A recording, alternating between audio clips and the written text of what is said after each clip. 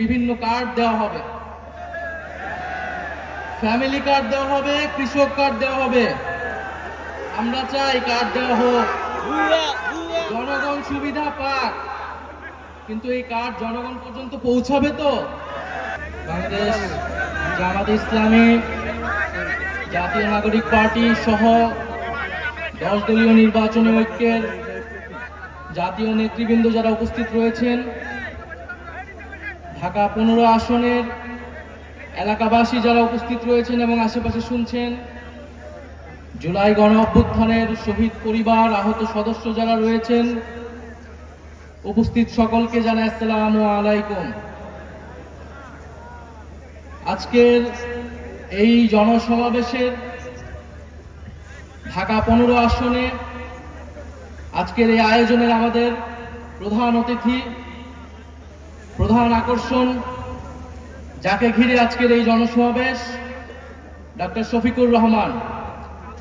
উনি বাংলাদেশ জামাত ইসলামের সংগ্রামী আমির।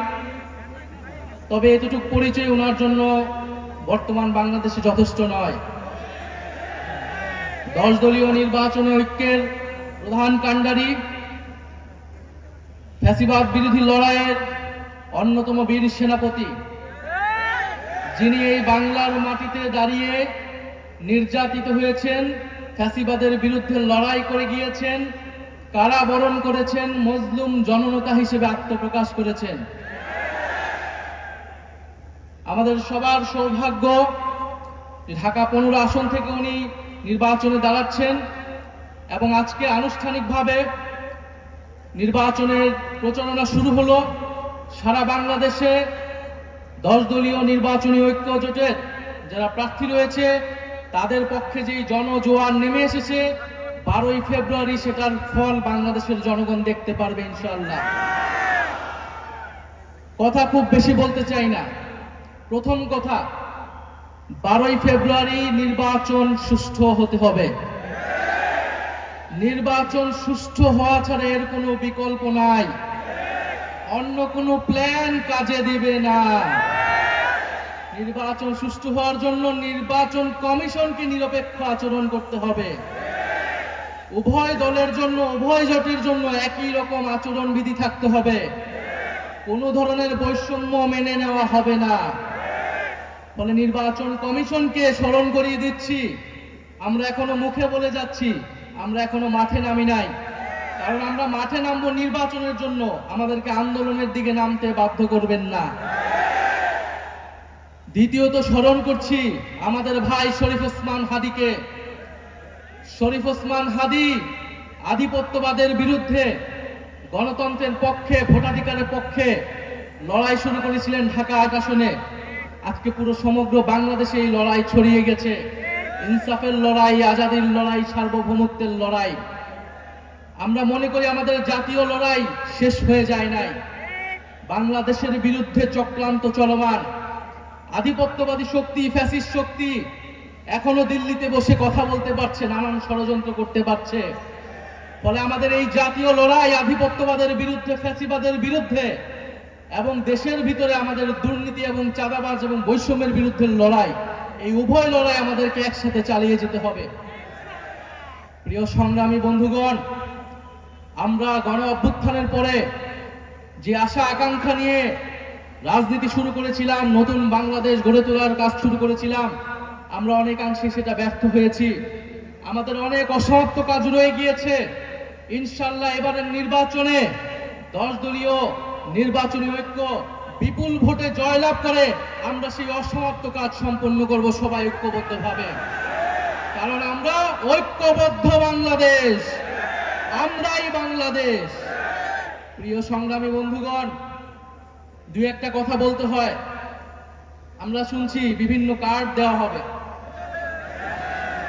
ফ্যামিলি কার্ড দেওয়া হবে, কৃষক কার্ড দেওয়া হবে। আমরা চাই কার্ড দেওয়া হোক, জনগণ সুবিধা পাক, কিন্তু এই কার্ড জনগণ পর্যন্ত পৌঁছাবে তো? 2000 টাকার কার্ড নিতে 1000 টাকা ঘুষ দেওয়া লাগবে না তো?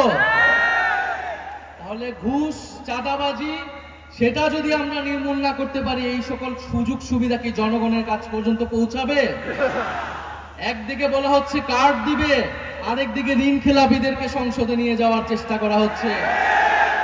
নির্বাচন কমিশনকে ব্যবহার করা হচ্ছে, আদালতকে চাপ প্রয়োগ করা হচ্ছে। ফলে কেমন দ্বিচারিতা! যদি প্রকৃতপক্ষেই জনগণকে সুবিধা দেওয়ার নিয়ত থাকে, তাহলে কেউ ঋণ খেলাপিকে নমিনেশন দিতে পারে না।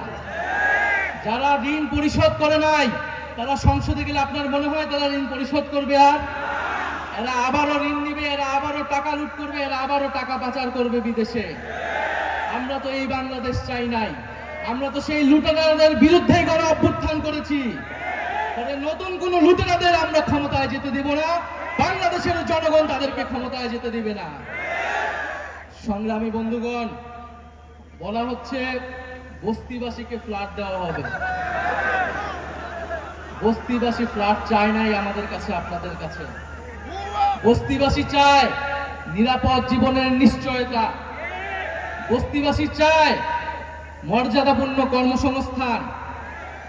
বস্তিবাসীকে ঢাকা শহরে আজ পর্যন্ত যারা ফ্ল্যাট দেওয়ার অঙ্গীকার করেছে, তারা বস্তি উচ্ছেদের পরিকল্পনা করেছে। তারা বস্তিতে আগুন লাগিয়েছে, বলা হয়েছে আপনাদেরকে ফ্ল্যাট দিব, আপনারা বস্তি থেকে উচ্ছেদ হন। আমরা আল্লাহ না করুক হয়তো এই ধরনের কোনো প্ল্যান নাই। জান্নাতের মালিক আল্লাহ, অবশ্যই মহান সৃষ্টিকর্তা, আর ভোটের মালিক জনগণ। ভোটের মালিক নাগরিক। দেশের মানুষ বুঝে গেছে, বুঝে যাবে আরো দ্রুতই যে কারা নির্বাচনের আগে প্রতারণা করছে, কারা দেশের মানুষকে ঠকাচ্ছে, কারা সংস্কারের বিরুদ্ধে অবস্থান নিচ্ছে। প্রিয় সংগ্রামী বন্ধুগণ, 12ই ফেব্রুয়ারি 10 দলীয় নির্বাচনী ঐক্যের সমর্থিত যার প্রার্থী রয়েছেন, যার যেখানে মার্কা রয়েছে, এই ঢাকা 15 আসনে দাঁড়িপাল্লা, অন্যান্য আসনে শাপলাকলি, রিক্সা সহ 10 দলীয় দোচের যেই মার্কাগুলো রয়েছে, আপনারা তাদেরকে জয়ী করবেন, তাদের সাথে থাকবেন। আমরা ঐক্যবদ্ধভাবে বৈষম্যের বিরুদ্ধে, দুর্নীতির বিরুদ্ধে আর ইনসাফের পক্ষে আমরা নতুন বাংলাদেশ গড়ে তুলব। শেষে যাওয়ার আগে আরেকটি কথা, এবারে নির্বাচন শুধু সরকার বদলের নির্বাচন নয়, দেশ বদলের নির্বাচন। এবারে নির্বাচন ক্ষমতা পরিবর্তনের নির্বাচন নয়, ক্ষমতার কাঠামো পরিবর্তনের নির্বাচন। ফলে নির্বাচনের সাথে আরেকটা গণভোটও আছে। এটা অনেক দল ভুলে যায়, কিন্তু আমরা ভুলি না, জনগণও ভুলবে না। ফলে গণভোটে আমরা কি দিব? গণভোটে পরিবারতন্ত্রকে, দুর্নীতিবাজকে, বৈষম্যকে, আধিপত্যকে, গণভোটে ইনসাফে, গণভোটে 10 দলীয় ঐক্য জোটে ইনশাআল্লাহ আমরা এবারের গণভোটে হ্যাঁ জিতবে। 10 দলীয় নির্বাচনী ঐক্য জয়লাভ করে সরকার গঠন করবে এবং বাংলাদেশকে সামনের দিকে নেতৃত্ব দিবে। ইনকিলাব জিন্দাবাদ। আসসালামু আলাইকুম।